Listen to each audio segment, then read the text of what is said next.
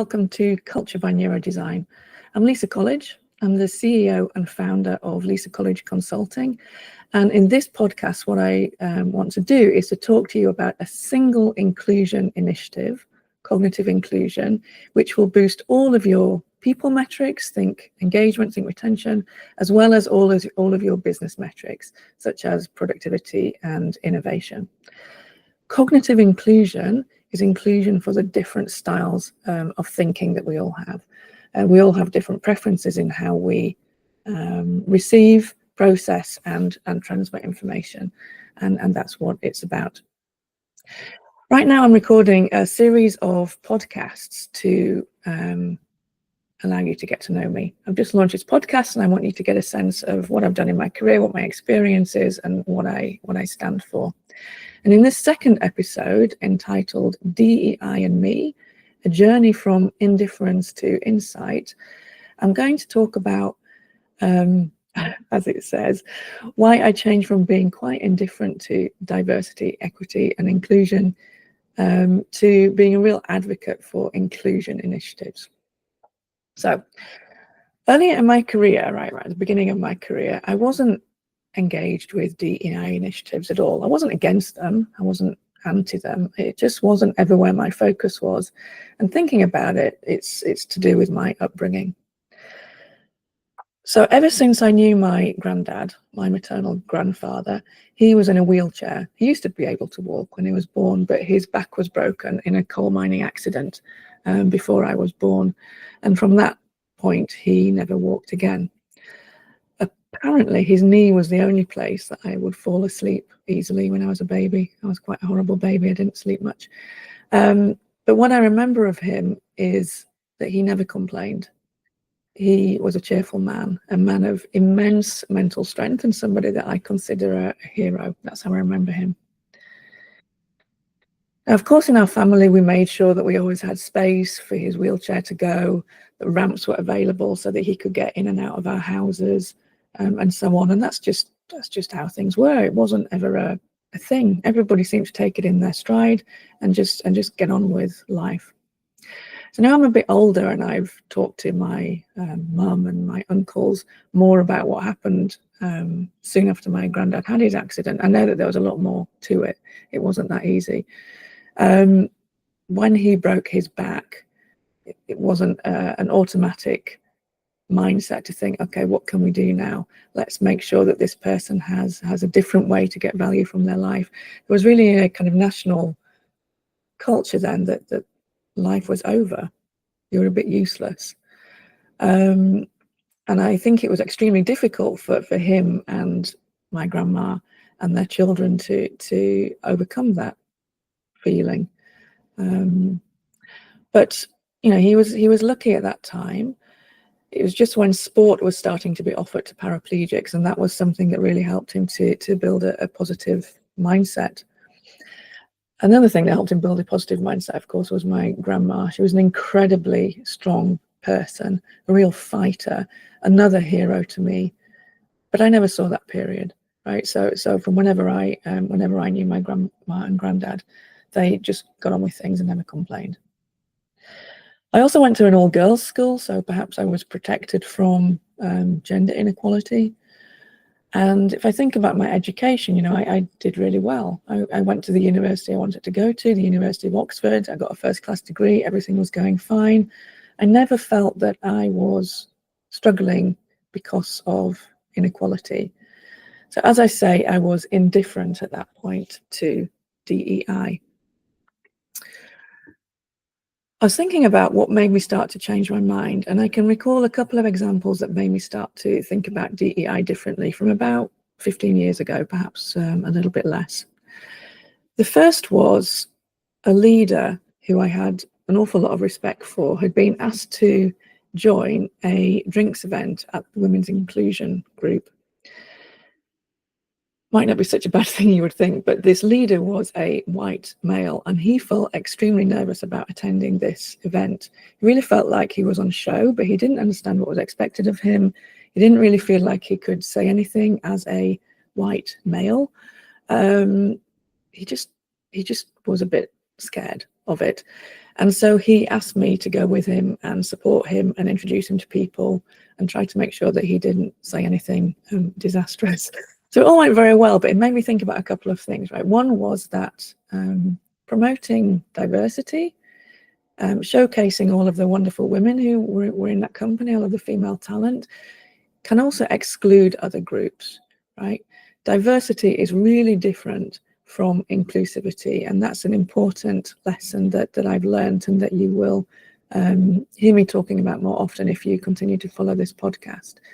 The second thing it made me think about was that I really admired this leader for expressing uncertainty and for asking for some support.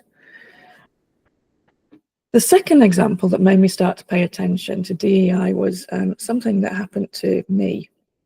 So at this point, my role was to be a thought leader in how to use metrics responsibly in the world of research. And it was quite common for me to speak at events, at workshops, at round tables. And as far as I knew, the only reason that I was speaking at those things was because I was an expert on the responsible use of research metrics. So imagine my glee when I received an email asking me to speak at a European Commission event, a really prestigious event that I really wanted to go to. But underneath the heading email there in the email train was a discussion between two senior leaders at the company saying, you know, we better send a woman. Who should we send? And then someone said, I'll send Lisa, she's a woman. And that was the first time that I had ever encountered being chosen for someone purely because of my gender and not because of my expertise. And it felt awful. And it made me start to question, quite honestly, you know, am I here in this position purely because of what I offer, or is it somehow to do with my chromosomes? I wasn't very pleased about it. So those are the two examples that I wanted to highlight. But because of those, really, I started to join some diversity events because I wanted to learn. I wanted to find out what was going on. I mainly participated in the women's diversity group because I'm a woman and it seemed like the closest match to my situation. But to be honest, I never felt completely comfortable there. I felt a bit disconnected. For a couple of reasons. One is because, as I'd said, I'd never really felt excluded or discriminated against because of my gender. The example with the email in the European Commission was an isolated example, as far as I know. It's probably why it's stuck in my mind. So one was I didn't really feel excluded for that reason. And the second reason was that it just didn't feel like a complete fit with who I was. Yes, I'm a woman, but I'm also a British woman who lives in the Netherlands, so I'm living out of my culture. The guardians of my children are gay, so I had some affinity with the differences in sexuality. I thought about the lessons from my grandparents, and I felt like I had something to do with the disability group as well. Plus, during my second pregnancy, I'd been, you know, I actually was temporarily disabled. I could barely walk. Because of some problems. So I did feel some affinity with that group as well. So now I know, I didn't know at the time, but now I know that this is called intersectionality, where most of us are not one thing, most of us are multiple things, and most of us feel some kind of affinity with multiple diversity groups. I never felt really strong affinity with a diversity dimension until I found cognitive diversity, right? And I have a very strong personal connection with cognitive diversity because my son is neurodivergent. Cognitive diversity, I've already mentioned, is differences in the way that we all think. It's not a kind of diversity that you can see. It's invisible. You may look at a room of people who all look quite similar in terms of their age, gender, ethnicity. So they might not look very diverse, but they may well be very cognitively diverse. Neurodivergence is the extreme of cognitive diversity. So people who are autistic, like my son, for example, are beyond a particular line which society has decided means that somebody gets this label of autism or dyslexia or ADHD or whatever, and that's what makes them neurodivergent. So finding out that my son's autistic was obviously quite a strong driver to get involved in the disability inclusion group in that company. Disability inclusion encompasses neurodivergence as one of the types of disability, and I got very active in that group, and I learned a lot. But it was very personal, right? It was motivated by selfish reasons. So I certainly wasn't indifferent anymore, but I wouldn't say that I had found my insight yet. Never fear. I'm almost at the clincher. So motivated by my selfish reasons, I got more and more involved in the disability inclusion group at this company, and I started to build awareness and help people to change their habits that would make them more neuro-inclusive. Now I know it's probably better to call that cognitively inclusive, but at the time I thought about being neuro-inclusive. And I did that in terms of two roles. So I was chief of staff for a large department focused on improving team health. And I was also the lead at that point of the Disability Inclusion Employee Resource Group, or ERG. And what I found was that this awareness building and this upskilling of people to change their habits to be more neuro-inclusive actually helped everybody. Not only the people who were neurodivergent, but everybody. Now, I didn't understand why at that time. I'll explain why in a moment, but at that time I didn't understand why, but I was intrigued. So I said a while ago that I felt quite disconnected from diversity initiatives, but here was something that made life happier and healthier for everybody and the business results better. And I really felt like that was something that I could get on board with and drive and become very passionate about. And that was the insight. That's the insight that I had. You can run a DEI program that is inclusive of everyone, not only one segment of your company, but really inclusive of everybody. And it will result in measurable results in both people metrics and in business metrics. So I was definitely no longer indifferent by that point.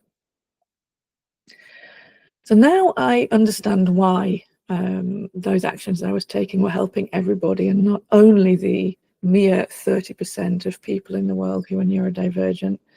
And there are two reasons why those actions were helping everybody. The first reason is cognitive diversity.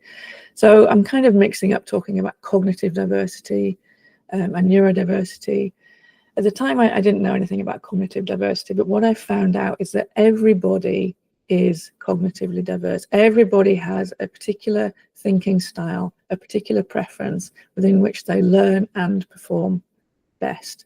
So if we talk about a culture that is inspired by different cognitive styles, inspired particularly by neurodivergences, the steps that we can take to make that culture more inclusive of all of those different cognitive styles automatically improve things for everybody, right? So cognitive diversity is a universal kind of diversity. It involves everybody. That's the first reason why that insight came to me. The second reason is that what I was doing was an inclusion initiative.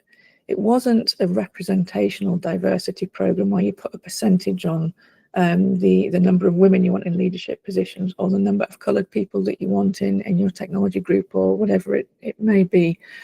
I'm not a fan of representational diversity programs because I think it's too easy to put somebody in a position, tick the box in terms of getting closer to your target, but do absolutely nothing to help that person to succeed in the role that they've been put in. They become a token of getting closer to some kind of target, but you're not enabling them to succeed. It's not fair. An inclusion program helps people to succeed, and that's a really, really different thing. Also, for me, inclusion has to be inclusive of everybody. It has to be fair. It's not enough for an inclusion program to only be inclusive of a small group of people who conform to a particular label. Right? Inclusion has to be inclusive of everybody, and that was the second big aha moment for me. So those two reasons, cognitive inclusion and inclusion and not diversity, they were the two items underpinning the insight that you can run a DEI program that actually is inclusive of everybody and gives you measurable results in people metrics and business metrics. And that's why I became a passionate advocate for inclusion. In the next episode, I'm going to talk about why I went a step further and made inclusion my career priority. But in the meantime, thanks for listening.